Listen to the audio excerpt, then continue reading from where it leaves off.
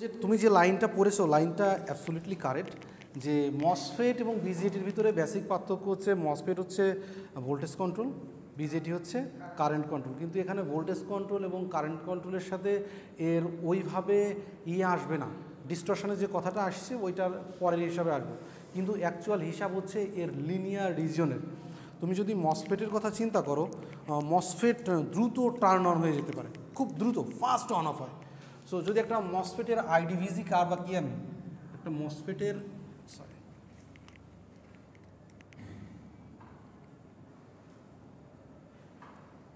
আইডিভিজিএস কার যদি আঁকি, এটা খুব ফাস্ট লগ স্কেলে, এটা আরও ফাস্ট হবে। হ্যাঁ,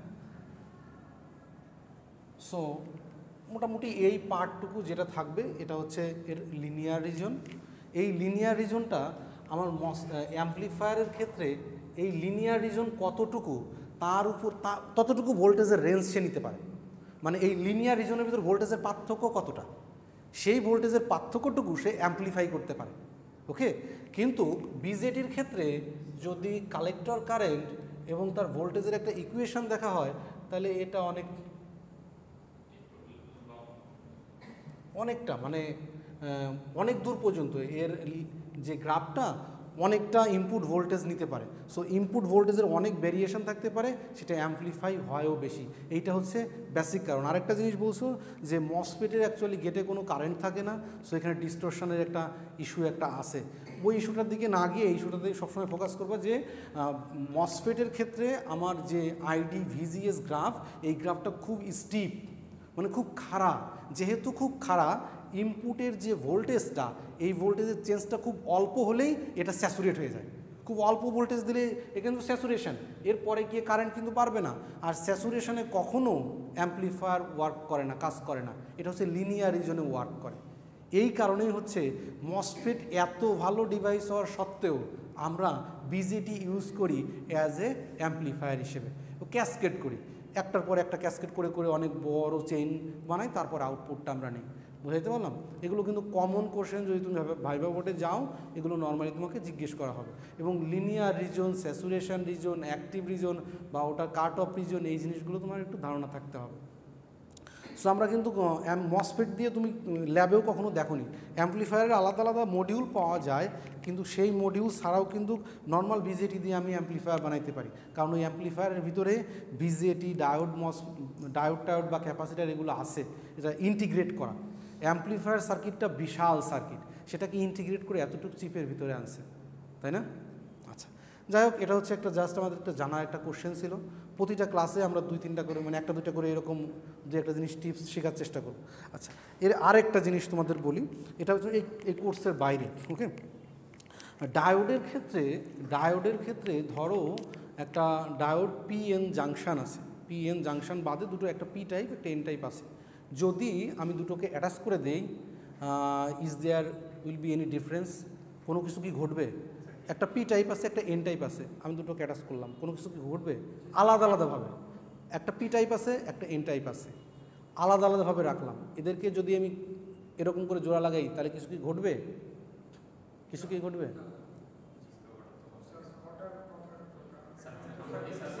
আচ্ছা, আগামী ক্লাসে পড়ে আসবা যে কিছু ঘটবে কিনা। আবার যদি এমন হয় পি এবং এনকে এইটা আনসার করে আবার খুঁজবা যে এর মাঝে যদি পি এনের মাঝে যদি অ্যালুমিনিয়াম দিয়ে দেই তাহলে কি হতে পারে। আমি বলছি, প্রথম কথা বলেছি যে পি টাইপ এবং এন টাইপ আলাদা আলাদা আছে, এদেরকে আমি জোড়া লাগাই দিলাম, কোনো কিছু ঘটবে কিনা এটা আনসার খুঁজে বের করবো। পি টাইপ এবং এন টাইপ আলাদা আলাদা আছে, কোনো কিছু ঘটবে কিনা। ওকে, ওইটা তো তোমার বেসিক ওয়ার্কিং প্রিন্সিপাল পিএন জাংশনের তুমি জানো।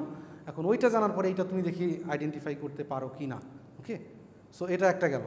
আরেকটা হচ্ছে, যদি আমি জোড়া লাগাইলে যদি কিছু না হয় বা কিছু হয় তাহলে কেন হয় সেটা তোমাকে ব্যাখ্যা করতে পারতে হবে।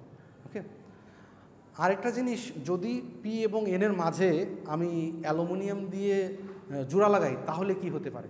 এই দুইটা কোশ্চেনের আনসার আগামী ক্লাসে আমাকে দিবা।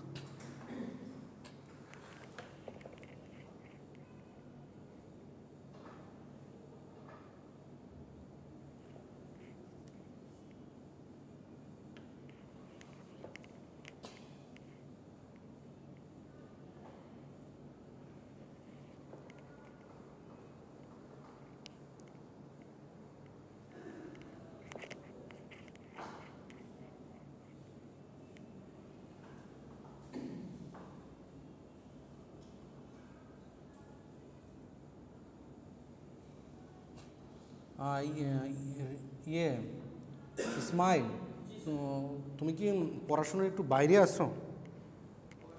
পড়াশোনার একটু বাইরে আসছো, মানে পড়াশোনার প্রতি আগ্রহটা হারায় ফেলতেছো বা কোনো কারণে হতাশ কিনা, এরকম কোনো সিচুয়েশান?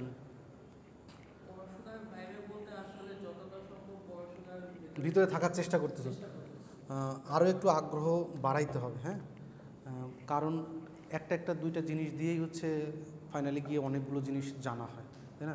তোমাকে যদি এখনই আমি সার্কিট থেকে 100টা কোশ্চেন করি, দেখা যাবে যে 100টার ভিতর হয়তো 80টা কোশ্চেন আনসার দিতে পারতেছে না। কিন্তু পরীক্ষা তোমার সামনে কিন্তু চলে এসছে, মানে ভার্সিটির পরীক্ষা না, চাকরির পরীক্ষা। সো তার জন্য তোমাকে প্রস্তুতি নিতে হবে। সো আমরা শুরু করি একটু নতুন একটা টপিক দিয়ে। আমাদের কোর্সটা ছিল হচ্ছে পাওয়ার ইলেকট্রনিক্স, তাই না? Power electronics. এই কোর্সের শুরুতে আমি এসে ইন্ট্রোডাকশানে একটু দিয়েছিলাম হোয়াট ইজ পাওয়ার ইলেকট্রনিক্স। তখন আমি বলেছিলাম পাওয়ার ইলেকট্রনিক্সটা কি। অ্যাকচুয়ালি এটা হচ্ছে পাওয়ার ইলেকট্রনিক্স এবং কন্ট্রোল সিস্টেমের একটা কম্বিনেশন। এই তিনটা জিনিসের একটা কম্বিনেশন করে আমি পাওয়ার ইলেকট্রনিক্স সাবজেক্টটা দাঁড় করিয়েছি।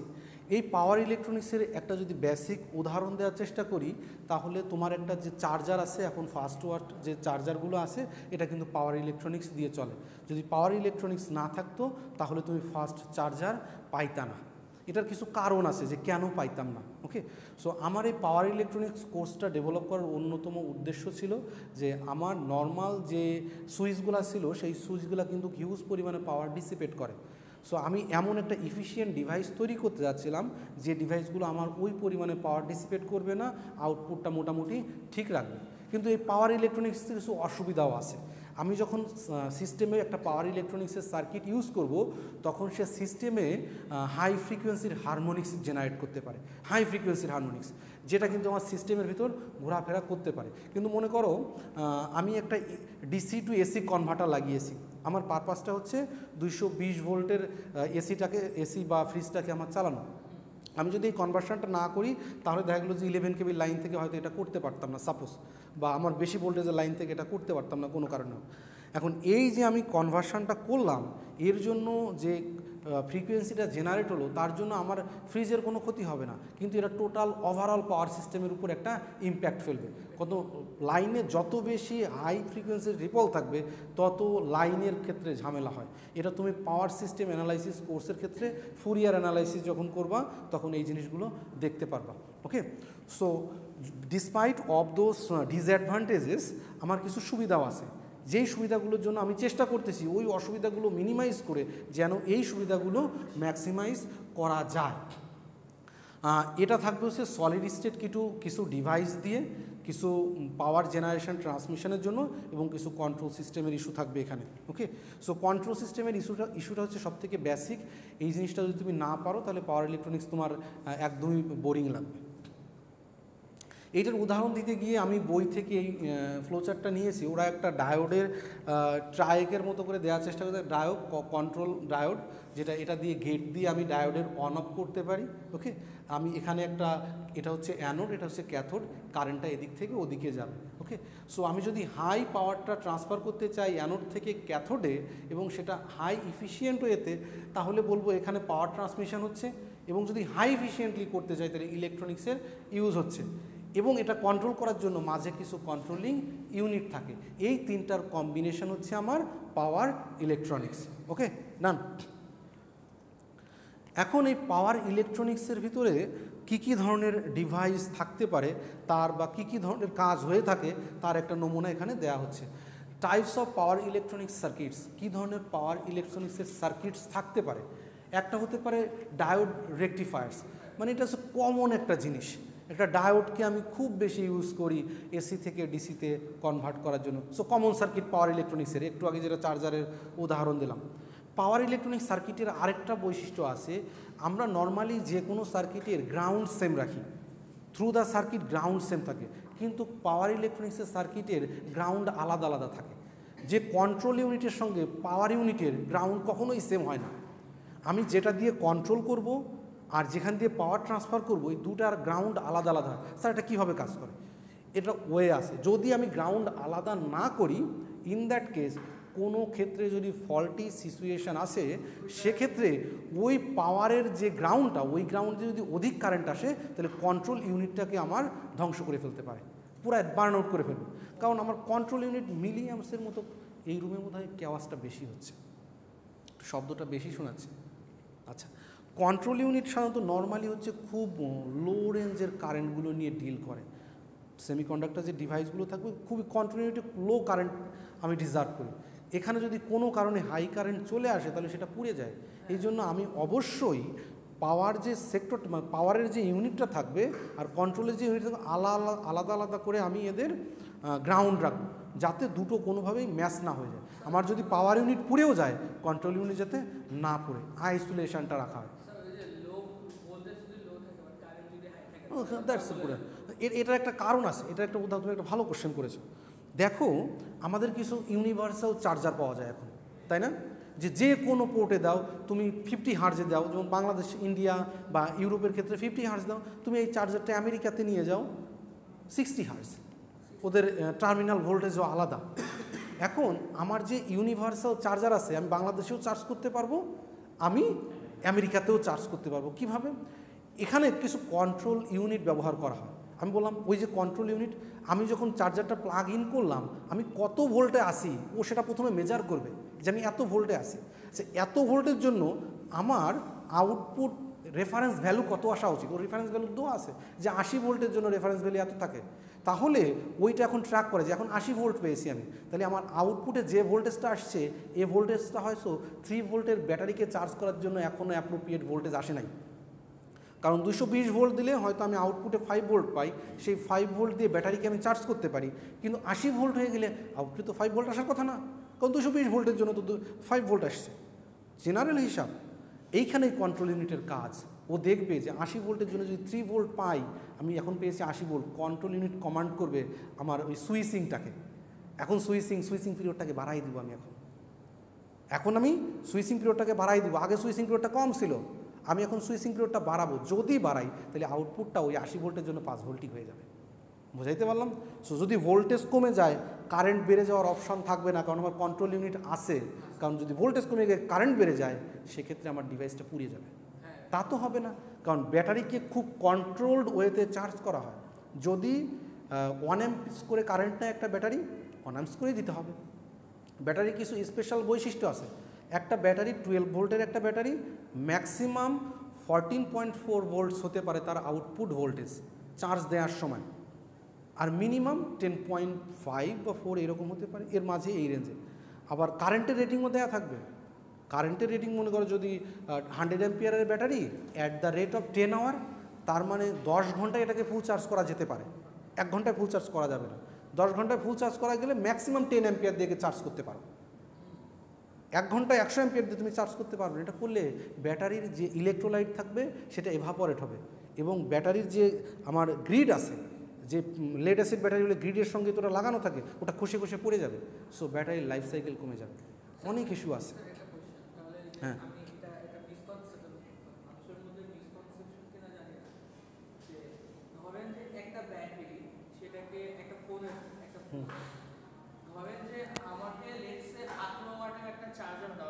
হ্যাঁ 18 ওয়াটের একটা চার্জ, লিথিয়াম আয়ন ব্যাটারি 18 ওয়াটের চার্জার দিয়ে আমি চার্জ করতে পারবো। বড় জোর আমি এটাকে তারা 33 ওয়াটের একটা অপশন আছে, 33 ওয়াটে। ওকে ওকে। এখন লেটস সে আমি যদি এটাকে একটা 5 ওয়াটের চার্জার দিয়ে চার্জ করি, তাহলে এটা আরো বেশি স্লো চার্জ হবে। স্লো চার্জ হবে। তো আমার কথা হলো যে ফাস্ট চার্জিং যদি একটা ব্যাটারি যদি বেশি ক্ষতি করে, তাহলে slow charging no no, fast charging যে ব্যাটারির ক্ষতি করবে নট নেসেসারিলি। আমার রিকোয়ারমেন্ট থাকে যে মিনিমাম রেঞ্জ কতটা, সেই মিনিমামের বাইরে তুমি যেতে পারবে না। তুমি স্লো করো, সমস্যা নেই, কিন্তু ওর উপরে তুমি যেতে পারবে না। ফাস্ট চার্জিং যে ব্যাটারিগুলো সেটা টেস্ট করাই হচ্ছে যে এই রেঞ্জের কারেন্টটা আমি নিতে পারি। বুঝতে গেছে? সো আগে থেকে এগুলো টেস্ট করা হয়, টেস্ট করেই বলে দেওয়া হচ্ছে এই ব্যাটারিটা এত অ্যাম্পিয়ার কারেন্ট দিয়ে চার্জ করা যেতে পারে, এর উপরে না। আচ্ছা, so DC two diode rectifier, যেটা হচ্ছে রেকটিফায়ার সার্কিট বানাই আমি, হাফ ওয়েভ বা ফুল ওয়েভ সবই বানাইতে পারবো, কোনো সমস্যা নাই। এরপরে আসো ডিসি টু ডিসি কনভার্টার, এটার আরেকটা নাম আছে ডিসি চপার। ডিসি চপার বলে। ডিসি টু ডিসি কনভার্টারের ভিতরে আমি নাম বলেছিলাম যে এই কোর্স পড়ানোর শেষে অ্যাটলিস্ট আমি একটা বাক কনভার্টার বানাইতে চাই, একটা বাক বুস্ট কনভার্টার বানাইতে চাই, একটা বুস্ট কনভার্টার বানাইতে চাই, এবং মিনিমাম হলে একটা যেন single phase square wave inverter আমি বানাইতে পারি, যেন এতটুকু আমি অ্যাটলিস্ট শিখতে পারি, তাই না? সো এই ঘটনাটা এখানে দেখব। ডিসি টু ডিসি কনভার্টার আছে, ডিসি টু এসি কনভার্টারও আছে, এটাকে ইনভার্টার হিসেবে দেখছি। এসি টু ডিসি কনভার্টার আছে, এসি টু এসি কনভার্টারেরও প্রয়োজন হতে পারে, সেখানে পাওয়ার ইলেকট্রনিক্স ব্যবহার করা হয়। তারপরে স্ট্যাটিক সুইচ হিসেবেও ব্যবহার করা যায় এই পাওয়ার ইলেকট্রনিক্স ডিভাইসগুলোকে। করা যেতে পারে, আমার মানে একটা সুইচ যেমন কাজ করে এটাকে সেভাবে আমি ব্যবহার করতে পারি।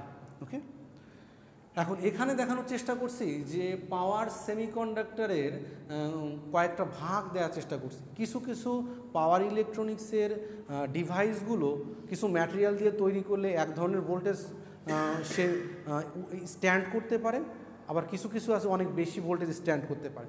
যদি শুধু সিলিকনের আমি ডিভাইসগুলো তৈরি করি তাহলে তার ভোল্টেজের রেটিংটা নর্মালি একটু কম হয়। ভোল্টেজের মানে যদি বলি আমি কতটুকু ভোল্টেজে সে উইথস্ট্যান্ড করতে পারবে, বললাম যে এত রেঞ্জের। কিন্তু যদি সিলিকনের সাথে আমি কার্বাইড মিক্স করে দেই, কার্বন মিক্স করে দেই, সিলিকন কার্বাইড যদি বলি, এটা আরও অনেক বেশি ভোল্টেজকে আমার টলারেট করতে পারে। সো এর একটা দেয়া আছে চার্ট, তোমরা চাইলে একটু দেখে নিতে পারো। আচ্ছা, এখন আসি যে আমাদের পাওয়ার ইলেকট্রনিক্সের প্রথম এবং বেসিক কম্পোনেন্ট, সেটা হচ্ছে পাওয়ার ডায়োড। আমি ডায়োড বলবো না, এখন পাওয়ার ডায়োড বলবো। আমি ডায়োডকে এখন দুই ভাগে ভাগ করব, একটা হচ্ছে সিগন্যাল ডায়োড আর একটা হচ্ছে পাওয়ার ডায়োড। একটা হচ্ছে সিগন্যাল ডায়োড, একটা হচ্ছে পাওয়ার ডায়োড। সিগন্যাল ডায়োড যেগুলো থাকবে সেগুলো নর্মালি খুব বেশি মানে কমিউনিকেশান ইঞ্জিনিয়ারিং, যেখানে খুব লো কারেন্টের প্রয়োজন হয়, সেই ধরনের জায়গাতে ভোল্টেজটা আমার 200-300 এরকম হতে পারে, কিন্তু কোনো সমস্যা নেই। এগুলোকে বলবো হচ্ছে আমি সিগন্যাল ডায়োড, আর একটাকে বলবো আমি পাওয়ার ডায়োড। আমাদের টার্গেট হচ্ছে পাওয়ার ডায়োডের মানে ক্যারেক্টারিস্টিক্সটা বোঝা, কীভাবে পাওয়ার ডায়োডটা কাজ করে। পাওয়ার ডায়োড হচ্ছে আমার হিউজ পরিমাণে পাওয়ার সে ট্রান্সফার করতে পারবে, এটা হচ্ছে তার প্রধান বৈশিষ্ট্য। আর এর অন্য বৈশিষ্ট্য আমি বাদই দিলাম। আমার নর্মাল ডায়োড সেটা 10 মিলি অ্যাম্পস, 20 মিলি অ্যাম্পস, 1 অ্যাম্পস এইরকম কারেন্ট নেয়। এর থেকে বেশি দিলে ওই ডায়োডটা নর্মালি পুড়ে যায়। কিন্তু পাওয়ার ডায়োডের ভিতরে তুমি 5 volt, 10 volt, 50 volt, 5 kilo volt দিতে পারো, কোনো সমস্যা নেই, কোনো সমস্যা হবে না। নর্মালি যে সিগন্যাল ডায়োডগুলো থাকে, সিগন্যাল ডায়োডগুলোর কনস্ট্রাকশান এইরকম থাকে। পিএন জাংশন যেটা দেখেছো, এটা নর্মালি এমনই থাকে। ওকে, এটাকে বলা হচ্ছে লো কারেন্টের জন্য আমি এর অ্যাপ্লিকেশানটা করব, যেখানে লো কারেন্ট আছে সেখানে ব্যবহার করতে পারি। লো ব্লকিং ভোল্টেজ, মানে আমি কী করি, কিছু কিছু সময় ভোল্টেজকে ব্লক করতে চাই, যেমন রেকটিফিকেশনের সময় এটা হতে পারে যে আমি নেগেটিভ সাইকেলটাকে ব্লক করব। এই ক্ষেত্রে পিক ইনভার্স ভোল্টেজ বলে একটা কথা আছে, পিক ইনভার্স ভোল্টেজ, অর্থাৎ কতটুকু ইনভার্স ভোল্টেজ সে টলারেট করতে পারে। দেখা গেলো একটা ডায়োডের হতে পারে 10 ভোল্ট পিক টু পিক সে সহ্য করতে পারে, পিছনের দিকে যদি 10 ভোল্ট যায় তার জন্যও সে পারে, কারণ ডায়োডের ক্যারেক্টারিস্টিক্স একটু পরে আমি দেখব। পিছনের দিকে একটা ভোল্টেজ কিন্তু আসে, ওর থেকে বেশি ভোল্টেজ গেলেই কিন্তু ডায়োডটা ব্রেকডাউন হয়ে যায়। সো এই সিগন্যাল যে ডায়োড, এই ডায়োডের ক্ষেত্রে লো ব্লকিং ভোল্টেজ থাকবে আর লো পাওয়ার কনজামশন থাকতে পারে, মিলি ওয়াট রেঞ্জের বা কোয়ার্টার ওয়াট রেঞ্জের হতে পারে, 1/4 ওয়াট, এই টাইপের রেঞ্জের হয়। আর যেগুলো পাওয়ার ডায়োড আছে এগুলো সাধারণত কনস্ট্রাকশনটা একটু ভিন্ন হয়ে থাকে। এর কনস্ট্রাকশনটা আমি আমার স্লাইডে আছে, না একে ওখানেই দেখাই। এটা যদিও আড়াআড়িভাবে দেয়া আছে, কিন্তু এগুলো হচ্ছে ভার্টিক্যালি, এগুলো থাকে ভার্টিক্যালি, আড়াআড়িভাবে থাকে না, ভার্টিক্যালি। এরকম মানে পাওয়ার ডায়োডগুলো ভার্টিক্যাল থাকে, একটার উপর একটা স্ট্যান্ড করা থাকে। সো আমার প্রথমে থাকে হচ্ছে পি টাইপ, এটা হচ্ছে হাইলি ডোপড পি, আমার এখানে লেখা ভুল হয়েছে, পি প্লাস হবে এখানে, হাইলি ডোপড পি টাইপ থাকে। তারপরে থাকবে লাইটলি ডোপড এন টাইপ, তারপর হচ্ছে হাইলি ডোপড এন টাইপ থাকে, এন প্লাস যেটা থাকবে, এবং কত রেঞ্জে করি সেটাও দেখাবো। এটার কাজ হচ্ছে হাই কারেন্টকে সে ক্যারি করতে পারবে, অনেক হাই কারেন্ট নিতে পারবে। মানে আমার ডিজাইন অনুযায়ী আমি কতটুকু কারেন্ট ক্যারি করতে চাই তার উপর বেস করে আমি এটা ডিজাইন করতে পারি। ওকে, হাই কারেন্ট ক্যারি করতে পারে, হায়ার ব্লকিং ভোল্টেজ, আমি বললাম না এটা 5 কিলো ভোল্ট পর্যন্ত নিতে পারবে, 5 কিলো 5000 ভোল্ট, কম না, অনেক volt. Okay, high power, so high power rating থাকবে। এটা কিন্তু আমার একটা জিনিস বলে রাখি, এই সিগন্যাল ডায়োডের তুলনায় পাওয়ার ডায়োড কিন্তু পাওয়ারটা একটু বেশি ডিসিপেট করবে। কেন করবে তার কারণটা আমি ব্যাখ্যা করব। এটা একটু পাওয়ারটা বেশি ডিসিপেট করবে কারণ এখানে রেজিস্ট্যান্সের পরিমাণ একটু বেশি আছে এটার তুলনায়। যেহেতু এখানে রেজিস্ট্যান্সের পরিমাণ বেশি আছে সেহেতু ও একটু হলেও পাওয়ার বেশি কনজিউম করবে, কিন্তু সেটা এত বেশি হবে না যে ইফিসিয়েন্সি 50% নামবে। ঠিক আছে, এটা হ্যাঁ হ্যাঁ of course, why not, totally same. আমার সিগন্যাল সেমিকন্ডাক্টর এবং পাওয়ার সেমিকন্ডাক্টরের ক্যারেক্টারিস্টিক্সের কোনো চেঞ্জ নাই, জাস্ট পিক ইনভার্স ভোল্টেজ বা রিভার্স ভোল্টেজ এটা একটু বেশি হবে, আর অন স্টেট ভোল্টেজ, হ্যাঁ যেটা অন করার জন্য মিনিমাম যে ভোল্টেজটা দরকার সেটা একটু বেশি লাগবে, কতটা বেশি লাগবে সেটাও দেখবো আমরা। এতটুকু তো ক্লিয়ার। সো পাওয়ার ডায়োড এবং নর্মাল ডায়োডের ভিতরে একটু পার্থক্য বোঝা গেছে। নর্মাল ডায়োডে কিন্তু এই ধরনের এন মাইনাস রিজিয়ন কোথাও থাকবে না, আর এটা অবশ্যই ভার্টিক্যালি কনস্ট্রাকশনটা করা হয়ে থাকে। ওকে, হ্যাঁ পাওয়ার ডায়োডের বেসিক এখানে বলা আছে, তোমরা চাইলে একটু দেখে নিও যে এখানে কি কি আছে।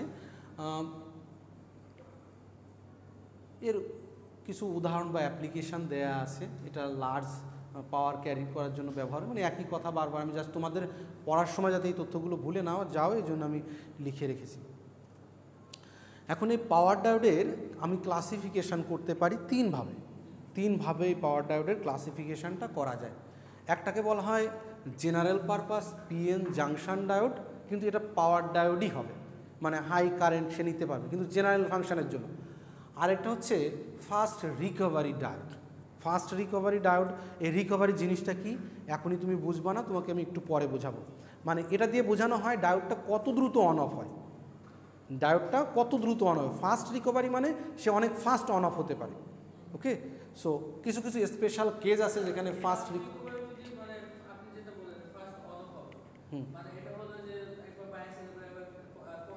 একবার ফরওয়ার্ড বাইস একবার রিভার্স বাইস।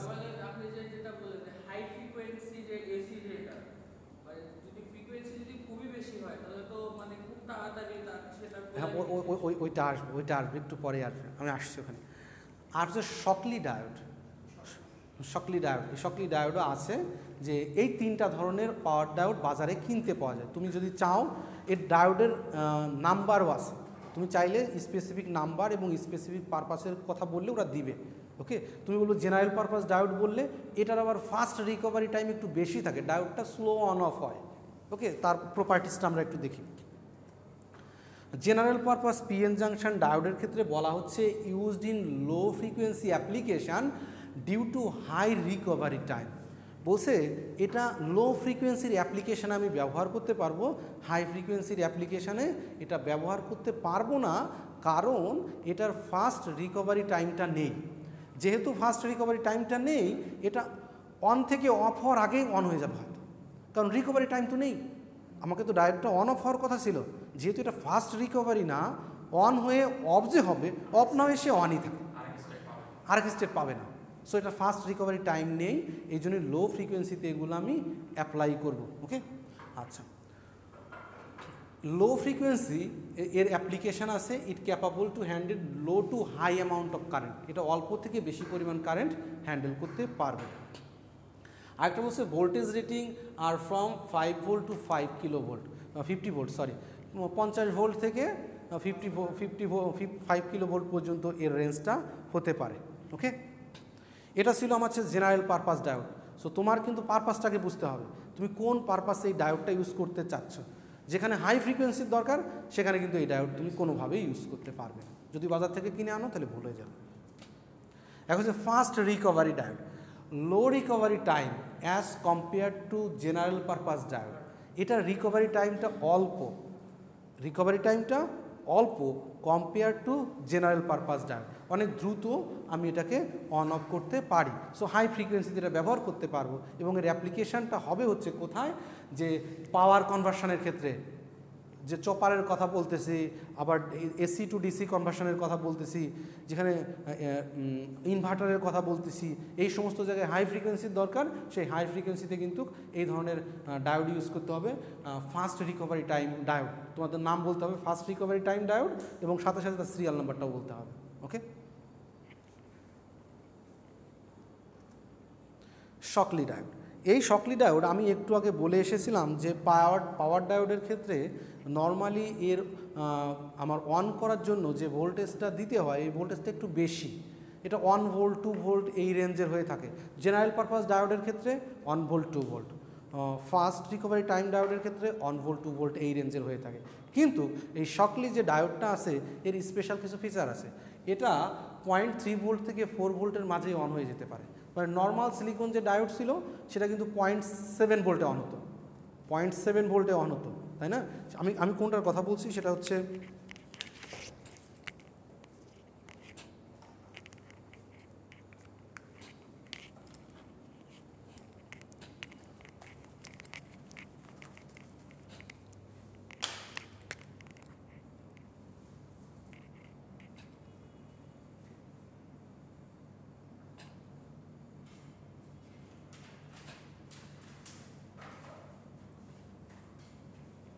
এই ভোল্টেজটা, এটা 0.7 ভোল্টের আশেপাশে যদি সিলিকনের হয় 0.7, যদি জার্মেনিয়ামের হয় তাহলে 0.4 বা 0.3 এর আশেপাশে ভোল্টেজটা হয়ে থাকে। শকলি ডায়োডের ক্ষেত্রে অ্যাকচুয়ালি এই ঘটনাটাই ওরা কোনোভাবে জিনিসটাকে মিনিমাইজ করছে। আমার অ্যাক্টিভ যে ভোল্টেজ, অ্যাক্টিভ করার জন্য যে ভোল্টেজটা এটা 3 থেকে 0.3 থেকে 0.4 ভোল্ট পর্যন্ত হয়ে থাকে। কিন্তু যা দিয়ে বানান, হ্যাঁ এটা সিলিকন দিয়ে বানালেও হবে, জার্মেনিয়াম দিয়ে জার্মেনিয়াম যদি শকলি ডায়োডটা আমি বানাই তাহলে এই ধরনের প্রপার্টি আমি তৈরি করতে পারবো। ওকে, মানে এই ডায়োডের প্রপার্টিটা এরকম, মানে শকলি যে ভদ্রলোক বানাইছে উনি ডিজাইনই করছে এভাবে। ওকে, এটা এটা এটা হচ্ছে বেসড অন দ্য ডোপিংয়ের উপর নির্ভর করে এটা। আচ্ছা, এখানে আসো, কিন্তু এর একটা অসুবিধা আছে। এই শকলি ডায়োডের অসুবিধা হচ্ছে এর রিভার্স লিকেজ কারেন্সের পরিমাণটা একটু বেশি থাকে। মানে রিভার্স যে কারেন্ট পিছনের দিকে ভোল্টেজটা যখনই যায় এটা আমার কারেন্টটা 0 হয়ে যাওয়ার কথা, কিন্তু কারেন্টটা 0 না হয়ে কারেন্টের পরিমাণটা নর্মাল ডায়োড থেকে একটু বেশি থাকে, এটা একটা ডিসঅ্যাডভান্টেজ। কিন্তু আমার যদি প্রয়োজন হয় যে আমার হাই পাওয়ার অ্যাপ্লিকেশানে আমার 0.3 ভোল্টে অন হতে হবে, তাহলে তুমি শকলি ডায়োড ছাড়া অন্য কোনো কিছু চুজ করতে পারবে না, কারণ ওইখানে ওই সুযোগ নেই তোমার। এখন আসি এই পাওয়ার ডায়োডের স্ট্রাকচারটা কেমন, এটা দেখতে কেমন এবং এর ডোপিং কনসেন্ট্রেশনটা কেমন হয়। আমি এর আগে বলেছিলাম এটা হচ্ছে ভার্টিক্যাল অ্যালাইনমেন্টে থাকে, এটা কিন্তু সেভাবেই দেখা আছে, ভার্টিক্যাল অ্যালাইনমেন্টে আছে। সো এটা নর্মালি একটা পিএন জাংশন, কিন্তু আমি বলেছিলাম পাওয়ার ডায়োডের ক্ষেত্রে মাঝে একটা এন মাইনাস রিজিয়ন থাকবে, যেটা লাইটলি ডোপ করা থাকবে, যেটা পি টাইপ। এই পি টাইপটাকে 10⁻19 সেন্টিমিটার কিউব এই পরিমাণ রেটে ডোপিং করা হবে। পি টাইপ যেটা থাকবে 10⁻19 রেটে। ওকে, তার নিচে যেটা থাকবে এন মাইনাস, এটা নির্ভর করবে ডিজাইনারের উপরে। এটা 10⁻14 হবে ঠিক। আচ্ছা, এর উপরেটা হচ্ছে 10 মিলিমিটার পর্যন্ত আমি দেই, উপরে যেটা থাকবে এটা 10 মিলিমিটার পর্যন্ত আমি দেই। আর নিচের যে উইথটা হবে এটা ডিপেন্ড করবে আমার পিক ইনভার্স ভোল্টেজ পিআইভি, এই ভোল্টেজটা আমি কতটুকু রেস্ট্রিক্ট করতে চাই। যদি ভোল্টেজ বেশি রেস্ট্রিক্ট করতে চাই এই উইথটা নর্মালি বড় দেয়, যদি কম রেস্ট্রিক্ট করতে চাই এই উইথটা কম দেয়। এই উইথটা কম বেশি করে ভোল্টেজটাকে আমি রেজিস্ট করি। উইথ কম হলে রেজিস্ট্যান্সের মান কম হয়, উইথ বেশি হলে রেজিস্ট্যান্সের মান বেশি হয়। সো এর ডোপিং কনসেন্ট্রেশন থাকে 10⁻14, অনেক কম। 10⁻14 কিন্তু অনেক অনেক কম, এই জন্য এটাকে বলা হচ্ছে এন মাইনাস রিজিয়ন।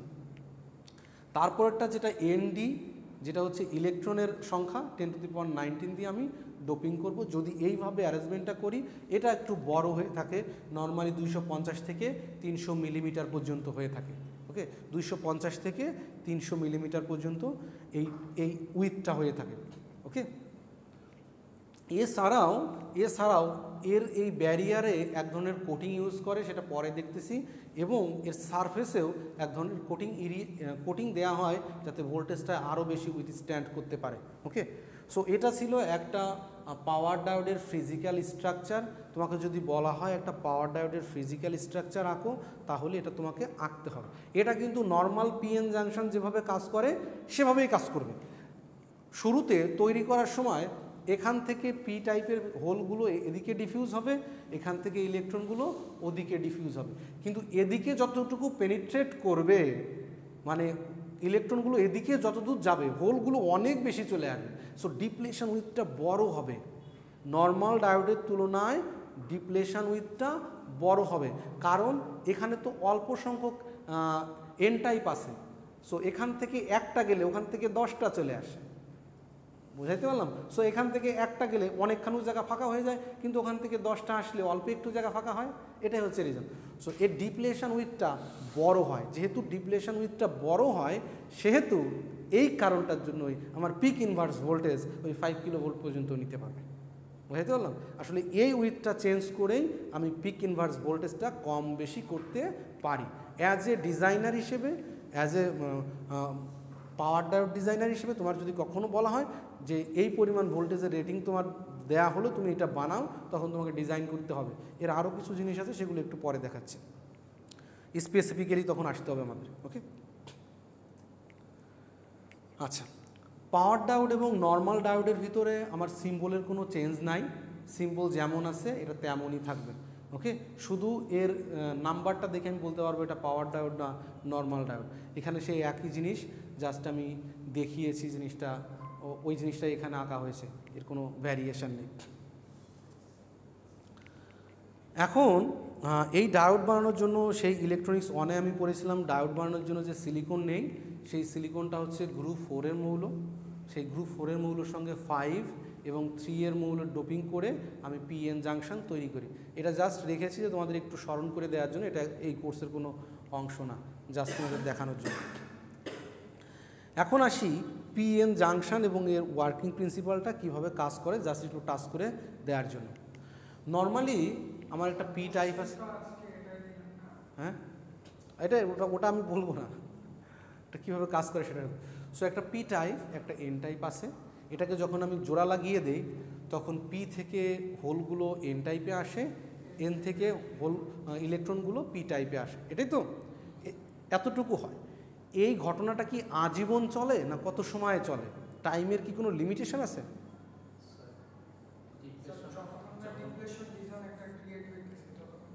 একটা ইলেকট্রন সরলেও ডিপ্লেশন রিজন ক্রিয়েট হয়, 10টা ইলেকট্রন সরলেও ডিপ্লেশন রিজন ক্রিয়েট হয়।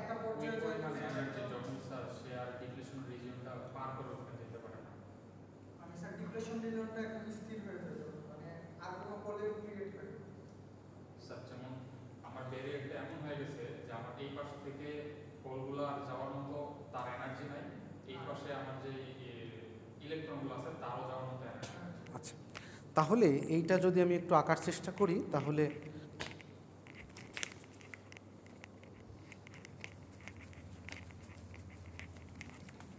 তুমি যে কথাটা বললা যে আমার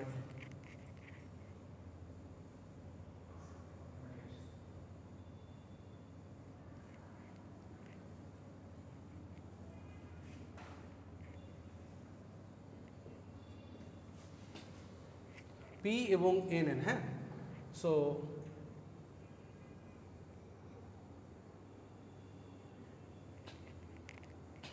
এখানে আছে, সো পি টাইপ থেকে হোলগুলো যখন চলে যায় তখন এখানে স্ট্যাটিক নেগেটিভ চার্জ রেখে যায়, এখানে স্ট্যাটিক নেগেটিভ চার্জ রেখে যায়, এখানে স্ট্যাটিক, এখানে মানে একটা করে যাবে, এখানে স্ট্যাটিক নেগেটিভ চার্জ একটা করে রেখে দেবে। এটা কিন্তু বাউন্ড টু দ্য স্ট্রাকচার, স্ট্রাকচারের ভিতরে মুভ করতে পারে না, এখানে বাউন্ড হয়ে থাকে। একইভাবে ইলেকট্রন যখন এখান থেকে চলে যায় positive positive positive positive positive positive, okay done. So এরকম করে আস্তে আস্তে একটা ডিপ্লেশন লেয়ার তৈরি। যখন বানাচ্ছি তখন এই ঘটনাগুলো ঘটছে, এখান থেকে হোল চলে আসে, এখান থেকে ইলেকট্রনগুলো চলে যায়, যাচ্ছে যাচ্ছে যাচ্ছে, আস্তে আস্তে এখানে একটা বিল্ট ইন পোটেনশিয়াল তৈরি হচ্ছে, বিল্ট ইন পোটেনশিয়াল তৈরি হচ্ছে। বিল্ট ইন পোটেনশিয়ালের কারণে এখানে একটা ইলেকট্রিক ফিল্ড তৈরি হয়েছে, তাই না? একটা ইলেকট্রিক ফিল্ড তৈরি হয়েছে না? এই বিল্ট ইন পোটেনশিয়ালের জন্য এখানে ইলেকট্রিক ফিল্ড তৈরি হয়েছে। তা এখানে হোল আছে পজিটিভ চার্জ, এখানে ইলেকট্রন আছে নেগেটিভ চার্জ। এখন ইলেকট্রন কোন দিকে যায় ইলেকট্রিক ফিল্ডের? ইলেকট্রন ইলেকট্রিক ফিল্ডের কোন দিকে যায়? সো আমি বললাম এখানে একটা ইলেকট্রিক ফিল্ড আছে, ইলেকট্রিক ফিল্ড আছে, এখানে একটা ইলেকট্রন আছে, এদিকে যাবে না এদিকে যাবে?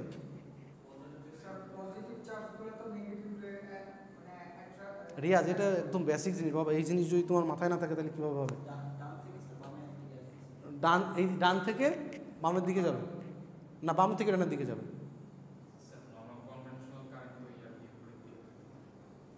আমি বললাম একটা ইলেকট্রিক, আমি এত কিছু জানতে চাই না, আমি একটা ইলেকট্রিক ফিল্ড আছে, সেই ইলেকট্রিক ফিল্ডের ভিতরে একটা ইলেকট্রন আছে, এই ইলেকট্রনটা কোন দিকে যাবে? ইলেকট্রিক ফিল্ডের বিপরীত দিকে যাবে। ওকে, প্রথম কথা এটা ইলেকট্রিক ফিল্ডের বিপরীত দিকে যাবে। তাহলে এখানে একটা ইলেকট্রিক ফিল্ড আছে, এখানে কিছু ইলেকট্রন আছে, এই ইলেকট্রনগুলোকে এ বাধা দিতে চাইবে যাতে তুমি ওদিকে আর না যেতে পারো। সো এখান থেকে যখন ডিফিউশনগুলো হচ্ছে, এখানে একটা ইলেকট্রিক ফিল্ড তৈরি হচ্ছে, এবং এই ইলেকট্রিক ফিল্ডটা যদি স্ট্রং এনাফ হয়, এই ডিফিউশন যে প্রেশার আছে এই প্রেশারের তুলনায়, তাহলে এই ইলেকট্রনগুলো এদিকে আর যাবে না। বোঝাইতে পারলাম? সো আমার বিল্ট ইন পোটেনশিয়ালের কারণে এখানে একটা ইলেকট্রিক ফিল্ড তৈরি হয়েছে, যে ইলেকট্রিক ফিল্ডটা আমার এখান থেকে ইলেকট্রনগুলোকে ওদিকে আর যেতে দিচ্ছে না। বোঝাইতে পারলাম? সো যখন আমি ফরওয়ার্ড বায়াস করি তখন ঘটনাটা একটু উল্টা ঘটে, এই ইলেকট্রিক ফিল্ডটা কম হয়ে যায়, তখন এই ডিফিউশন প্রসেসটা আবার শুরু হয়ে যায়। মনে থাকবে? আমতামতা করে উত্তর দেওয়া যাবে না, একদম টু বি স্পেসিফিক্যালি।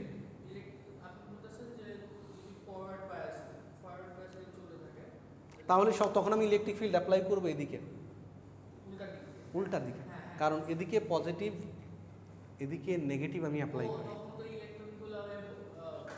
তখন এই দুটোর ভেক্টর সাম হবে, তখন নেট ইলেকট্রিক ফিল্ড কোন দিকে আছে সেটা ডিসাইড করা হবে।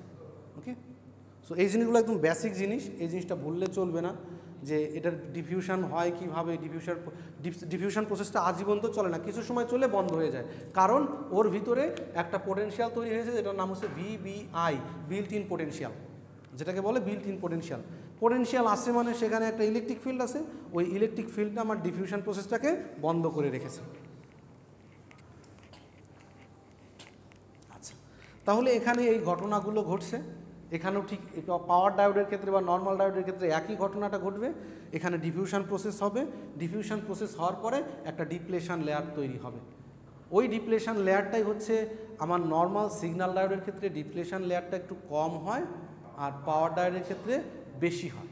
ওকে, আচ্ছা,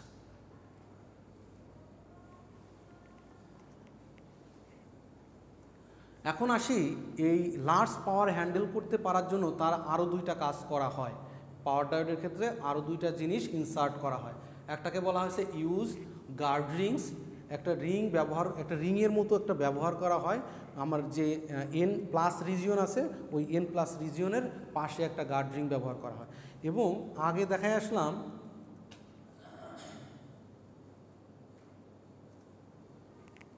এখানে দেখতে পাচ্ছ এই সাবস্ট্রেটের এখানে এক ধরনের কোটিংয়ের মতো মনে হচ্ছে না? সো এক ধরনের কোটিং ব্যবহার করা, সরি, এই যে coating of silicon dioxide layer. So এই দুই ধরনের কোটিং ব্যবহার করা হয় যাতে আমার ভোল্টেজ এবং কারেন্টের পরিমাণ বেশি গেলেও ওগুলো তো দিতেই হবে, পাশাপাশি এগুলোও করা হয় যাতে ভোল্টেজ এবং কারেন্টের রেটিংটা একটু বেশি পাওয়া যায় এই ডায়োড থেকে। ওকে, এখন আসি characteristics of a power diode. Power ডায়োডের ক্যারেক্টারিস্টিক্সটা কেমন তা বোঝার চেষ্টা করি। এটা নর্মাল ডায়োডের মতোই। নর্মাল ডায়োডের ক্ষেত্রে সিগন্যাল ডায়োডের কথা প্রথমে বলা হচ্ছে। সিগন্যাল ডায়োডের ক্ষেত্রে আমার একটা লোয়েস্ট একটা ভোল্টেজ পাবো সিলিকনের জন্য 0.7, জার্মেনিয়ামের জন্য 0.4 বা 0.3, তার জন্য এসে ডায়োডটা অন হয়ে যাবে। এবং এটা এক্সপোনেনশিয়াল, এই কারেন্টটা ডিপেন্ড করবে এই ইকুয়েশনের উপরে, ID = IS e⁻VD NVT - 1, এই ইকুয়েশনের উপর এটা ডিপেন্ড করবে। ওকে, এখানে কোন জিনিস বলা আছে, I হচ্ছে রিভার্স স্যাচুরেশন কারেন্ট, রিভার্সের দিকে যে কারেন্টটা, যার বাকি জিনিসগুলো সেমই আছে। এখন এই সিগন্যাল ডায়োডের ক্ষেত্রে এটা এক্সপোনেনশিয়ালি বাড়ে, পাওয়ার ডায়োডের ক্ষেত্রে এই ওপেন বা ওয়ান স্টেট ভোল্টেজটা একটু বেশি লাগে। এটা কিন্তু ওই যে আমার জেনারেল ডায়োড এবং হচ্ছে ফাস্ট রিকভারি ডায়োডের জন্য প্রযোজ্য, এটা কিন্তু সকলি ডায়োডের জন্য এটুকু প্রযোজ্য হচ্ছে না, কারণ এটা সকলি আগে অন হতে পারত। সো পাওয়ার ডায়োডের ক্ষেত্রে একটু ভোল্টেজ বেশি লাগে, কিন্তু পাওয়ার ডায়োডের ক্ষেত্রে ফরওয়ার্ড কন্ডাকশনটা একদম লিনিয়ার, এক্সপোনেনশিয়াল হয় না। কারণ এক্সপোনেনশিয়াল হচ্ছে না কেন, শার্পলি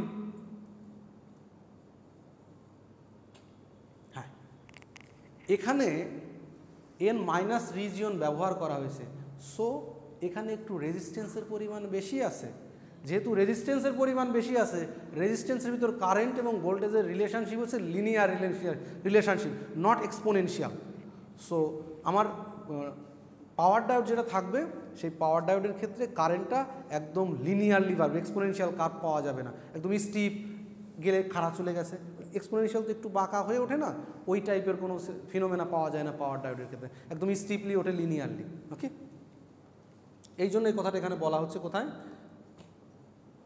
যে এই গ্রাফটা যখন আসবে, এইটা যদিও কাছাকাছি দেখানো হয়েছে কিন্তু এটা লিনিয়ার, এইরকম করে লাফ দিয়ে উঠবে, ওই এক্সপোনেনশিয়াল ভাবটা এর থাকে না, কারণ এর ভিতরে রেজিস্ট্যান্সের পরিমাণ বেশি আছে। যেহেতু রেজিস্ট্যান্সের পরিমাণ বেশি, কারেন্টটা ওই হিসেবেই ডিল করে। পিছনের দিকে রিভার্স ব্রেকডাউন ভোল্টেজ বলা হয়, যেটা ভি। সো এটাকে বলা হচ্ছে রিভার্স ব্রেকডাউন ভোল্টেজ। এটা পিক ইনভার্স ভোল্টেজও হতে পারে আমার নেগেটিভ ভোল্টেজের ক্ষেত্রে। সো আমার ডায়োডের ক্ষেত্রে, পাওয়ার ডায়োডের ক্ষেত্রে একটু বেশি হয়, সিগন্যাল ডায়োডের ক্ষেত্রে একটু কম হয়। কেন বেশি হয়? আবার এগেইন ওই যে এন মাইনাস রিজিয়ন আছে, ডিপ্লেশন উইথটা একটু বড়, আমার রিকোয়ারমেন্ট অনুযায়ী আমি তৈরি করেছি, সো আমার ভোল্টেজটাও বেশি উইথস্ট্যান্ড করতে পারবে। অনেক বেশি ভোল্টেজ অ্যাপ্লাই করলেও ডায়োডটা ব্রেকডাউন হবে না। আমার তো সেটাই চাই, যে বেশি ভোল্টেজ এটা দাঁড়াই থাকুক।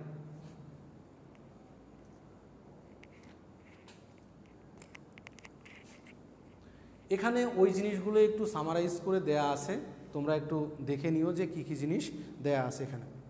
আমার জিনিসটা হচ্ছে এইখানটায় আমার একটু অ্যাটেনশান আছে, যে এইখানটায় একটু কাজ করার ইচ্ছা আছে। এটা হচ্ছে আমি একটু আগে বলে আসলাম যে রিভার্স রিকভারি টাইম, এই জিনিসটা এখন একটু বোঝানোর চেষ্টা করব। আমরা কিন্তু ফরওয়ার্ড অন স্টেট ব্যাপারটা বুঝে গেছি, যে ডায়োড অন হয়ে গেলে এইরকম একটা ফিক্সড ভ্যালু দিবে বা মিনিমাম একটা ভ্যালু তার থাকবে, কিন্তু অফ অবস্থায় সে কী ধরনের বিহেভ করে অন হয় তার উপর বেস করে কিন্তু আমি ভাগ করেছি এটাকে। ওকে, তার উপর বেস করে আমি এটাকে ভাগ করেছি। কি কি ছিল এখানে দেখো, শুরুর দিকটাতে এখানে দেয়া আছে ডায়োডের ফরওয়ার্ড কারেন্টের মানটা, নিচে দেয়া আছে তার জন্য ভোল্টেজের ড্রপটা, ডায়োডের ভিতরে ভোল্টেজের ড্রপটা, তার নিচে দেয়া আছে কতটুকু পাওয়ার ডিসিপেট করতেছে তার গ্রাফটা। এই জিনিসটা এখানেও দেয়া আছে। এখান থেকে আমি শুরু করি। নর্মালি একটা ডায়োডের ক্যারেক্টারিস্টিক্স থেকে তুমি যে ডট ডট লাইন দেওয়া আছে, এটা আমি একটু এক্সপ্লেন করি। আমি চাই ডায়োডকে যখন ফরওয়ার্ড বায়াস, অর্থাৎ 1 ভোল্ট বা 2 ভোল্ট যেটাই হোক না কেন, সেটা যখন দিব ডিরেক্টলি, এটা যখন দিব ডিরেক্টলি সে একটা কারেন্ট নেবে, ডিরেক্টলি একটা ম্যাক্সিমাম কারেন্ট এসে পৌঁছে যাবে। 2 ভোল্ট অন মানে 2 ভোল্টের জন্য যতটুকু কারেন্ট, একদম সেই কারেন্টে সে এসে বসে পড়বে। ওকে, এরপরে যখন আমি ভোল্টেজটাকে কমায় 0 করে দিব, তখন আমি চাইবো কারেন্টটা কমতে কমতে কমতে কমতে 0 হয়ে যাবে, সোজা হিসাব। এটাই তো আমি চাই। ডায়োড একবার কন্ডাকশানে যাবে, একবার কন্ডাকশানে যাবে না, একবার অন একবার অফ। অর্থাৎ এই সাইকেলটাই, এই পোর্শানে আমি ডায়োডকে অন করেছি, এই পোর্শানে আমি ডায়োডকে অফ করেছি। আমি বলছি তুমি এখন অন হও, তুমি এখন অফ হও, কিন্তু ডায়োডটা এই কথাটা ভালো মতো শোনে না। কেন শোনে না তা একটু এক্সপ্লেন করব পিছনের দিকে গিয়ে। সো ফরওয়ার্ড দিকে যখন যাই, অ্যানোড এবং ক্যাথোডে ভোল্টেজ অ্যাপ্লাই করলে এখানে কারেন্টটা পাই, আর যখন আমি এদিক থেকে এদিকে যাওয়ার চেষ্টা করি তখন রিভার্সে কোনো কারেন্ট পাই না, কারণ এদিকে যদি আমি পজিটিভ এদিকে নেগেটিভ দিই ওটা কাজ করে না। কিন্তু বাস্তবতাটা হচ্ছে রিভার্সের দিকে যখন আসি তখন এখান থেকে তো 0 হবে, 0 না হয়ে সে নেগেটিভ দিকে একটা কারেন্ট দিতে থাকে, সে নেগেটিভ দিকে একটা, এটা বাই বর্ন সে দিবেই। এটা ডায়োডকে যদি তুমি রেখে দাও, একটা ফরওয়ার্ড বায়াস করো, একটা রিভার্স বায়াস করো, তাহলে দেখবা নেগেটিভ দিকে একটা কারেন্ট আসছে। এবং এটা আমরা প্রুভ করে দেখাবো, আমরা ল্যাবে করবো এটা, যে এই রিভার্স রিকভারি টাইমটাও কীভাবে বের করা যায়, আমরা সিমুলেট করবো ডিভাইস। ওকে, সো আমার অন হওয়ার কথা ছিল, অন হয়েছে, অফ হওয়ার কথা ছিল, অফ না হয়ে সে নেগেটিভ কারেন্ট নিচ্ছে। কেন এই নেগেটিভ কারেন্ট নিচ্ছে সেইটা আমরা একটু বোঝার চেষ্টা করি, কেন সে নেগেটিভ কারেন্টটা নিচ্ছে।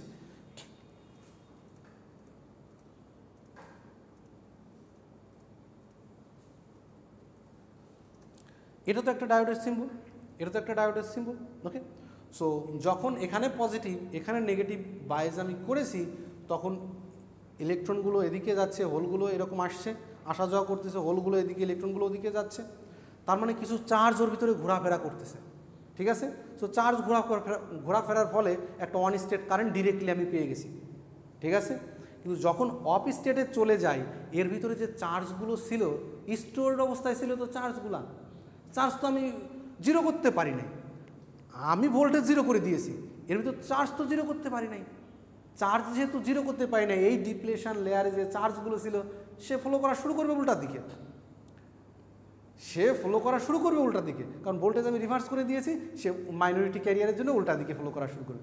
সো এখান থেকে এই ডিপ্লেশন রিজনে যে চার্জগুলো ছিল সেই চার্জগুলো নেগেটিভ দিকে সে ফ্লো করা শুরু করে দিবে। শুধু ডিপ্লেশন রিজনে চার্জ নেই তো, চার্জ আমার এখানেও আছে, এখানেও আছে। সো সে চার্জগুলোকেও তোমাকে নিউট্রালাইজ করতে হবে, কারণ সিস্টেমের ভিতর যদি চার্জ থেকে থাকে তাহলে সেই চার্জ তো কোথাও না কোথাও যাবেই। সিস্টেমের ভোল্টেজকে সে ধরে রাখবে, সিস্টেমের ভোল্টেজটাকে সে ধরে রাখার চেষ্টা করবে, চার্জ না কমা পর্যন্ত ওই ভোল্টেজটা আর ড্রপ হবে না, ঠিক আছে। সো এই গ্রাফ থেকে যদি আমি এখন বোঝানোর চেষ্টা করি,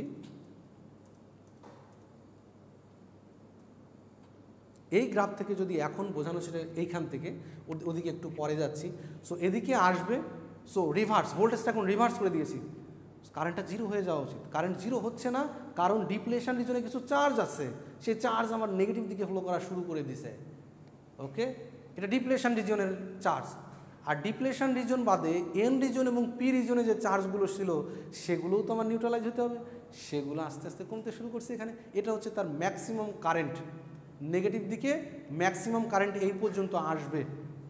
এই কারেন্টটা যেটা পাবো সেটা হচ্ছে ডিপ্লেশন রিজনের চার্জের জন্য, যেটা অনেক বেশি থাকে, যেটা অনেক বেশিতে দ্রুত একটা স্পাইক দিবে, লাভ দিয়ে একটা স্পাইক দিয়ে ফেলবে, অনেক বেশি কারেন্ট আসবে। সো ডিপ্লেশন রিজনের চার্জ শেষ, মানে শর্ট সার্কিট করার মতো ডিপ্লেশন রিজনের চার্জ শেষ। তারপর হচ্ছে আমার এন টাইপ এবং পি টাইপে যেটা আছে সেটা আস্তে আস্তে এক্সপোনেনশিয়ালি কমে যাবে, ওকে। এটা হচ্ছে একটা অ্যাজাম্পশন, বাস্তবে এই ধরনের গ্রাফ পাওয়া যায় না। বাস্তবে কী ধরনের গ্রাফ পাওয়া যায়? বাস্তবে পাওয়া যাবে এই ধরনের গ্রাফ বা এই ধরনের গ্রাফ, একই, দুটো গ্রাফ একই, ওকে। সো আমার অন স্টেট অবস্থায় কারেন্টটা এখানে আসলো, অন ছিল, যখনই আমি ভোল্টেজটাকে জিরো করার চেষ্টা করতেছি এখান থেকে শুরু হয়ে গেছে তার নেগেটিভ দিকে কারেন্ট ফল করা। সো ভোল্টেজ জিরো হয়ে গেছে, কারেন্ট তো এখন জিরো হয়ে যাওয়া উচিত, কিন্তু না, কারেন্টটা বাড়তেছে নেগেটিভ দিকে, বাড়ছে, কারণ ডিপ্লেশন রিজনের চার্জ এখন ডিসচার্জ হয়ে যাচ্ছে, এইখান থেকে এই পোর্শনটুকুতে জিরো থেকে এই পর্যন্ত এটাকে বলা হয় টিএ, এই রিভার্স রিকভারি টাইমের ভিতরে একটা অংশ। এই টিএ টাইমটা হচ্ছে ডিপ্লেশন রিজন চার্জের জন্য কতটুকু টাইম লাগতেছে, অর্থাৎ ডিপ্লেশন রিজনের চার্জ কত সময়ের ভিতর ডিসচার্জ হয়ে যাচ্ছে, ওকে। আর এর পরের যে পার্টটা আছে টিবি, এটা হচ্ছে আমার এন টাইপ এবং পি টাইপের ভিতর যে চার্জটা আছে সেটা নিউট্রালাইজ হতে কতটুকু সময় নিচ্ছে। সো আমার এখান থেকে অন হয়ে যাবে, অফ করার সময় একটা স্পাইক পাবো, স্পাইকটা আস্তে আস্তে ভ্যানিশ হয়ে যাবে, ভ্যানিশ হয়ে যাওয়ার পরে পরবর্তীতে আবার যখন পজিটিভ সাইকেল আসবে তখন আবার শুরু হবে। হ্যাঁ, ভোল্টেজ জিরো করে দিচ্ছে, হ্যাঁ, ওর ভোল্টেজ তো জিরো হবে না, সেই কথাটা দেখো, ওই উপরের গ্রাফের সাথে তো মিলাবো। আমি উপরে একটা গ্রাফ দিয়েছি না, নিচে একটা গ্রাফ রাখছি না, দেখো এখানে যখন অন ছিল ডায়োডের অন স্টেট ভোল্টেজ কিন্তু এখানে আছে, দেখতে পাচ্ছ কতটুকু ভোল্টেজ ড্রপ হওয়ার কথা, সেই ভোল্টেজ কিন্তু এখানে ড্রপ হচ্ছে। এইখানে এসে যখন জিরো হয়ে গেছে, ভোল্টেজটা ড্রপ কিন্তু জিরো হওয়ার কথা ছিল, এখন সে কিন্তু জিরো হয় নাই, সে ভোল্টেজটা ধরে রেখেছে, একটু ধরে রেখেছে ওই রিভার্সের কারণে। সো এই সময় এসে দেখো এই পজিশনে যখন আসলো তখন ভোল্টেজটা যে ইন্টারনাল ড্রপটা ছিল, তখন জিরো হয়েছে, কিন্তু এন এবং পি টাইপের ভিতরে যেটা ছিল সেটার জন্য আলাদা করে সে আরেকটা স্পাইক তৈরি করছে, পিছনের দিকে যাওয়া শুরু করছে। এখন ভোল্টেজটাকে ব্লক করা শুরু করছে, নেগেটিভ পার্টটাকে, এর পরে এসে নেগেটিভ পার্টটাকে সে ব্লক করা শুরু করছে। তার শুরু করার কথা ছিল এইখান থেকে, সেখান থেকে শুরু না করে এইখান থেকে ব্লক করা শুরু করছে। তার মানে একটা ল্যাগ আছে না, সো যে মসফেটগুলো ফাস্ট রিকভারি টাইম মেনটেন করে সেটা দ্রুত অন অফ হতে পারে, অর্থাৎ এই পার্টটা ওর ছোটো থাকে। আর যদি বড় হয়ে যায় তার মানে হাই ফ্রিকোয়েন্সিতে, তখন এই পার্টটা যদি বড় হয় তাহলে মসফেট অন অফ হওয়ার সুযোগ নেই, মানে যত দ্রুত তার অফ হওয়ার কথা সেটা হতে পারতেছে না। যেহেতু হতে পারতেছে না কোনো লাভ নেই, ওটাকে আমি সুইচ হিসেবে আর ইউজ করতে পারি না। আচ্ছা, এইখান থেকে আমার এর ফরওয়ার্ড বাইসে যে ভোল্টেজ ড্রপ ছিল এখান থেকে এই পর্যন্ত সে ধরে রাখে, পরবর্তী সময়ে গিয়ে সে নেগেটিভ পার্টটাকে ব্লক করার চেষ্টা করে এবং একই সঙ্গে তার পাওয়ার ডিসিপেশন দেখানোর চেষ্টা করা হয়েছে। অন স্টেট অবস্থায় সে এই পরিমাণ পাওয়ার ডিসিপেট করে, যখন অফ হবে তখন নেগেটিভ পার্টে একটা পাওয়ার ডিসিপেট করে এবং টোটাল এখানে দেখা যাচ্ছে। সো লো ফ্রিকোয়েন্সিতে এই পাওয়ার ডিসিপেশনটা হয়তো কম দেখা যায়, কিন্তু হাই ফ্রিকোয়েন্সিতে এই পাওয়ার ডিসিপেশনটা নেগলেক্ট করা চলে না। কারণ অফ স্টেটে কিন্তু ডায়োডটাকে পাওয়ার ডিসিপেট করার কথা না, শুধু অন স্টেটে পাওয়ার ডিসিপেট করার কথা, কিন্তু অফ স্টেটে সে পাওয়ার ডিসিপেট করতেছে কারণ রিভার্স একটা কারেন্ট ফ্লো করতেছে এবং এটা হাই ফ্রিকোয়েন্সিতে কোনোভাবেই নেগলেক্ট করা যায় না। লো ফ্রিকোয়েন্সির জন্য এই ভ্যালুটা কম হতে পারে, হাই ফ্রিকোয়েন্সির জন্য ভ্যালুটা বেশি হতে পারে। বলো। পাওয়ার লসের পাওয়ার কারেন্ট এবং ভোল্টেজকে গুণ করে পাওয়ার বের করার চেষ্টা করা হয়েছে, দুইটা গ্রাফকে গুণ করেও পাওয়ার বের করছে। সো এইটাকে গুণ করছে এবং এইটাকে গুণ করে এখানকার পাওয়ার বের করছে, সে যেভাবেই করুক, ঠিক আছে, পি এবং বিআই গুণ করেই তো করছে। সো এদিকে পাওয়ারটা সে অন স্টেট অবস্থায় সে মিনিমাম একটা পাওয়ার নেয়, পাওয়ার নিচ্ছে, কোনো সমস্যা নেই। অফ স্টেট অবস্থায় সে এখানে একটু নেগেটিভ পাওয়ার নিছে, আর এখানে এসে দেখা যাচ্ছে যে সে পজিটিভ একদম পাওয়ার কনজিউম করা শুরু করেছে, হিউজ পাওয়ার, হাই ফ্রিকোয়েন্সিতে অনেক পাওয়ার, যেটা নেগলেক্ট করা যায় না। সো এটা ছিল একটা মসফেটের ফরওয়ার্ড বায়াস এবং ডায়োডের পাওয়ার ডায়োডের ফরওয়ার্ড বায়াস এবং রিভার্স বায়াসের আইভি ক্যারেক্টারিস্টিক্সটা কেমন হয় তার বৈশিষ্ট্যটা, এবং এটা একটু ভালো করে আত্মস্থ করতে হবে। কারণ যখন আমি একটা সিস্টেম ডিজাইন করব, এই রিভার্স রিকভারি টাইম এটা আমাকে মেনটেন করতে হবে।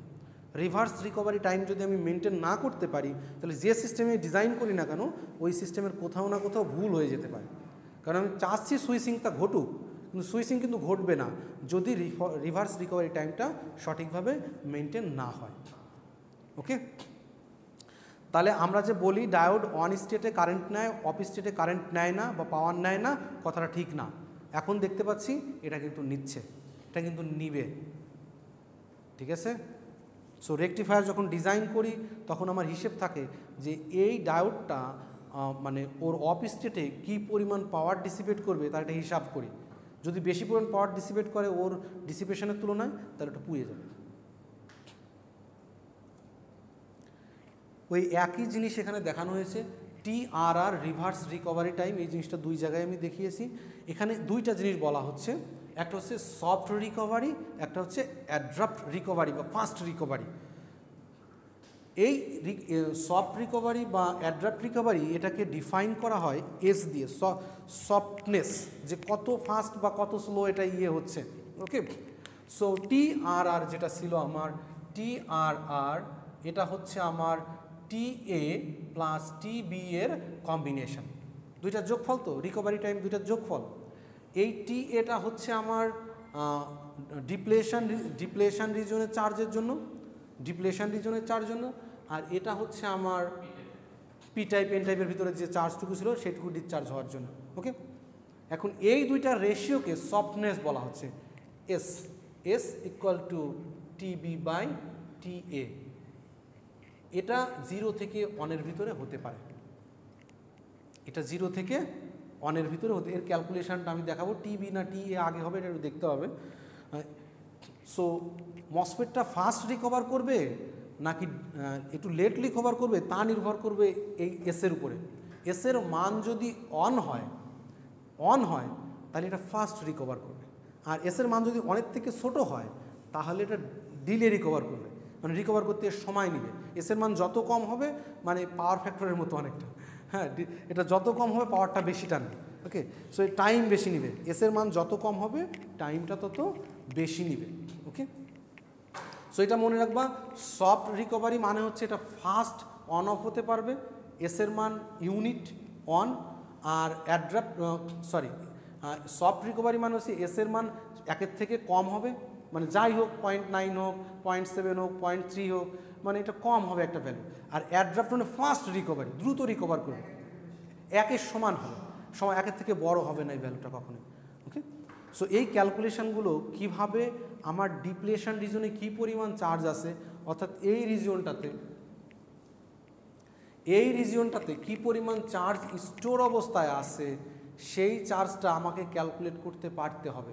কারণ মসফেটটা অন থেকে অফে গেলে, ডায়োডটা অন থেকে অফে গেলে এর ভিতরে কি পরিমাণ চার্জ স্টোর হয়ে যায় সেই ক্যালকুলেশনটা আমার দরকার আছে, সেই ক্যালকুলেশনটা আমি করব। আচ্ছা, আরেকটা জিনিস আমি বলতে ভুলে গেছি, IRM এটা হচ্ছে রিভার্সের ম্যাক্সিমাম কারেন্ট। এই ম্যাক্সিমাম কারেন্টের 20% পর্যন্ত আসতে যে সময় নেয়, ম্যাক্সিমাম কারেন্টের 20% পর্যন্ত আসতে যে সময় নেয় সেটাকে বলা হয় রিভার্স রিকভারি টাইম। দেখো এই দুইটা যোগফলই কিন্তু 20% পর্যন্ত, TA প্লাস TB এটা 20% of IRM, 25%। So 25% maximum value 25% পর্যন্ত আসতে যে সময়টা নিবে সেটাকে বলবো আমি রিভার্স রিকভারি টাইম। সেই রিভার্স রিকভারি টাইমের ভিতর দুইটা পার্ট আছে, TA প্লাস TB। আগামী ক্লাসে আমি ক্যালকুলেশনগুলো দেখাবো যে কিভাবে এইগুলো ক্যালকুলেট করে, যে কী পরিমাণ চার্জ ওখানে স্টোর অবস্থায় আছে। আমি খুব বেশি কিন্তু ক্যালকুলেশনে জোর দিব না, আমার ফিজিক্সে জোর দেওয়ার কথা। সো পাওয়ার ডায়োডের যে ফিজিক্সটা তোমার ভালো মতো বুঝতে হবে, তার ইউজটা তোমার ভালো মতো বুঝতে হবে। আচ্ছা, এই কথাগুলো এখানে বলা হচ্ছে।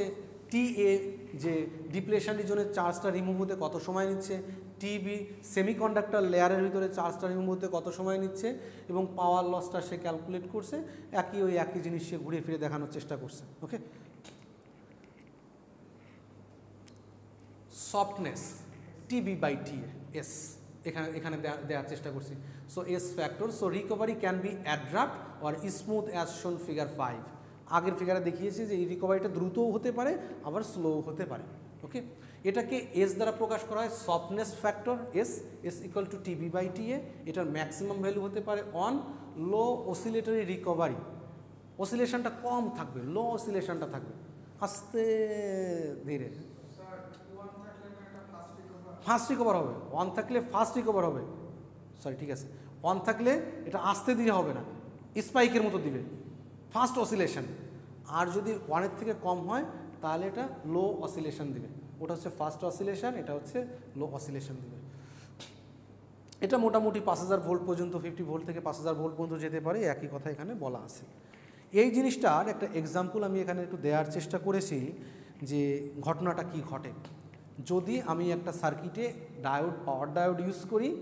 সেক্ষেত্রে একটা জাস্ট এক্সাম্পল, আমি কিন্তু সিস্টেমে কোনোভাবেই হাই অসিলেশন চাই না, হাই অসিলেশনের ফ্রিকোয়েন্সি চাই না কোনোভাবেই, যাতে এটা না ঘটুক।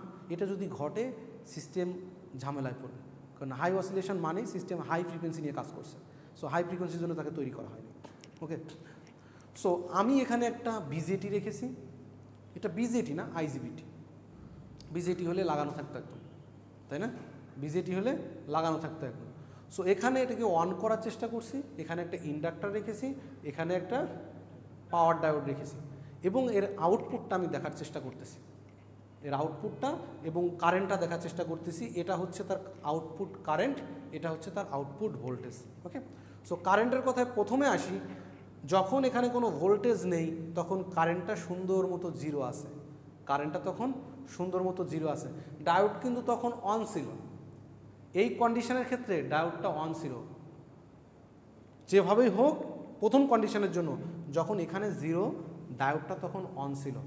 ওকে, যখন এটাকে অন করে দিলাম ডায়োডটা তখন অফ হয়ে গেছে। ডায়োডটা যখন অফ হবে তখন রিভার্স রিকভারি টাইমের জন্য একটা রিভার্স কারেন্ট ফ্লো করবে। সো লাভ দিয়ে এইটাকে তখন অন করে ফেলবে, শর্ট করে ফেলবে, রিভার্স একটা ভোল্টেজে গিয়ে ডায়োডটা শর্ট হয়ে যাবে।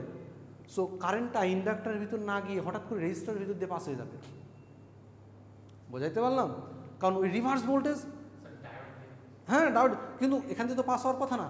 ও যে বললাম রিভার্স রিকভারি হচ্ছে, তো এখন ডায়োড এই সময়ের জন্য ডায়োডটা শর্ট সার্কিটের পাথ, শুধুমাত্র ওই পার্টিকুলার ওই টাইমটার জন্য, ওই টাইমের পরে গিয়ে এটা অফ। সো প্রথম ঘটনাটা হচ্ছে এখানে যখন জিরো ছিল ডায়োডটা তখন অন ছিল, সেই কন্ডিশনে কারেন্টটা আমার এখানে যে কারেন্টটা ছিল কারেন্টটা জিরো ছিল। কিন্তু যখনই এখানে পালস দিয়ে এটাকে অন করার চেষ্টা করলাম, IGBTটাকে অন করার চেষ্টা করলাম, তখন যে ঘটনাটা ঘটলো ডায়োডটা রিভার্স বায়াস হয়ে গেছে। ডায়োডটা রিভার্স বায়াস হয়ে যাবার কারণে ওই পার্টিকুলার রিভার্স রিকভারি টাইমের ভিতরে ডায়োডটা শর্ট হয়ে গেছে। যখনই শর্ট হয়ে গেছে কারেন্টটা ইন্ডাক্টরের ভিতর দিয়ে না গিয়ে হঠাৎ করে ডায়োডের ভিতর দিয়ে চলে গেছে। হঠাৎ করে ডায়োডের ভিতর দিয়ে যাওয়ার সময় একটা হাই স্পাইক দিবে, হাই একটা স্পাইক সে দিয়ে দিবে। এই হাই স্পাইকটা রিভার্স রিকভারি টাইম পর্যন্ত থাকবে। রিভার্স রিকভারি টাইমের পরে গিয়ে ডায়োডটা অফ হয়ে যাবে, তখন ইন্ডাক্টরের ভিতর দিয়ে নর্মাল যে কারেন্টটা যাবার কথা নর্মাল সেই কারেন্টটাই আসবে। বোঝাইতে পারলাম? তো এই পার্টটুকু কিন্তু আমি চাই না সিস্টেমে, কিন্তু এই ডায়োডটাকে আমি সার্কিট থেকে বাদও দিতে পারবো না, কারণ এটা ইসেনশিয়াল পার্ট। এটা না থাকলে সার্কিট ঠিকমতো বিহেভ করবে না। বোঝাইতে পারলাম? সো ডায়োডকে তুমি বাদ দিয়ে সার্কিট বানাও, ডায়োড বাদ দিয়ে এটা বাদ হয়ে যাবে, কিন্তু আমার সিস্টেমে তখন অন্য ঝামেলা দেখা দেবে। সো ডায়োড আমার লাগবেই, কিন্তু এই রিভার্স রিকভারি টাইমটা মিনিমাম করা এবং এই স্পাইকটা মিনিমাম করা হচ্ছে আমাদের উদ্দেশ্য, যাতে সার্কিটে হাই ফ্রিকোয়েন্সির রিপল না থাকে। এটা আমি চেয়েছিলাম এরকম, এটা এইরকম গিয়ে এরকম হোক, ঠিক আছে? এটা আমি চেয়েছিলাম এখান থেকে গিয়ে এইরকম হোক, কিন্তু এটা লাফ দিয়ে উপরে উঠছে, কারণ ওই রিভার্স রিকভারি টাইমটার জন্য ও হিউজ পরিমাণে কারেন্ট নিয়ে নিছে। রিভার্স রিকভারি টাইমটা যদি অনেক কম হতো তাহলেও একটা স্পাইক পেতাম, কিন্তু সেটা অনেক শর্ট পিরিয়ডের জন্য, এটা বড় হতো না, শর্ট হতো। বোঝা গেল? সো এটা হচ্ছে একটা পাওয়ার ডায়োডের ওয়ার্কিং প্রিন্সিপাল, একটা পাওয়ার ডায়োডের ক্যারেক্টারিস্টিক্স। এতটুকু পড়লেই মোটামুটি পাওয়ার ডায়োড সম্পর্কে তোমার একটা বেসিক আইডিয়া হয়ে যাবে। বোঝাইতে পারলাম? সো আগামী ক্লাসে আসার আগে অবশ্যই পাওয়ার ডায়োডের যে কয়টা স্লাইড আছে এই স্লাইডটা ভালো করে দেখে আসবে। গ্রুপে দিয়ে দেবো আজকে, গ্রুপে দিয়ে দেবো আজকে। পাওয়ার ডায়োড এবং এর ক্যারেক্টারিস্টিক্স নিয়ে কোনো কোশ্চেন আছে কিনা? রিভার্স রিকভারি টাইম, এটা নিয়ে তো ঝামেলা। এটা কমানোর ওয়ে আমরা দেখবো, যেটা কমানো যায় কীভাবে, আমরা এটা ক্যালকুলেশন করব সামনের ক্লাসগুলোতে, সেগুলো নিয়ে তো আলোচনা করবো। রিভার্স রিকভারি টাইম কমানো যায় কীভাবে? হ্যাঁ, রিভার্স রিকভারি টাইম ক্যালকুলেশনের জন্য আমার ডায়োডের যে এন লেয়ার আছে না, এই লেয়ারের ইস্যুগুলো, উইথের ইস্যুগুলো আসবে। এটা আসবে, তখন আসবে, তখন দেখা যাক কি আসে। রিকোয়ারমেন্ট, আমার রিকোয়ারমেন্ট যে রিকভারি টাইম কতটুকু হলে আমার চলে ততটুকু দিয়ে আমি ডিজাইন করব। সো আগামী ক্লাসে কীভাবে রিভার্স রিকভারি টাইমকে কমানো যায়, আর আমি বেশি কমাইতে গেলে অনেক ঝামেলা হয়ে যেতে পারে, কারণ আমার লিমিটেড কিছু ক্রাইটেরিয়া দিয়ে দিবি, সেই ক্রাইটেরিয়া অনুযায়ী আমি ডিজাইন করব। একেবারে কম দিয়ে দিলে আবার দেখলো পাওয়ার ডায়োডটা থাকলো না, নর্মাল ডায়োড হয়ে যাবে। হ্যাঁ, সো পাওয়ার ডায়োডের ক্ষেত্রে রিভার্স রিকভারি টাইম একটা থাকবে, কিন্তু আমি চাইবো আমার ডিজাইনের উপর বেস করে এটা মিনিমাইজ করা, যে কতটুকু করলে আমার ক্রাইটেরিয়া ফুলফিল হয়।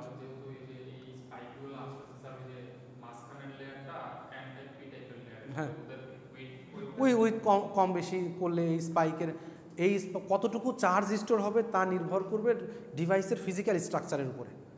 ডিভাইসের ফিজিক্যাল স্ট্রাকচার কম বেশি হলে ওই কারেন্টের পরিমাণ কম বেশি হবে। বুঝাইতে পারলাম? আচ্ছা, এটাই ছিল হচ্ছে আমাদের এন্ড অফ দ্য স্লাইড।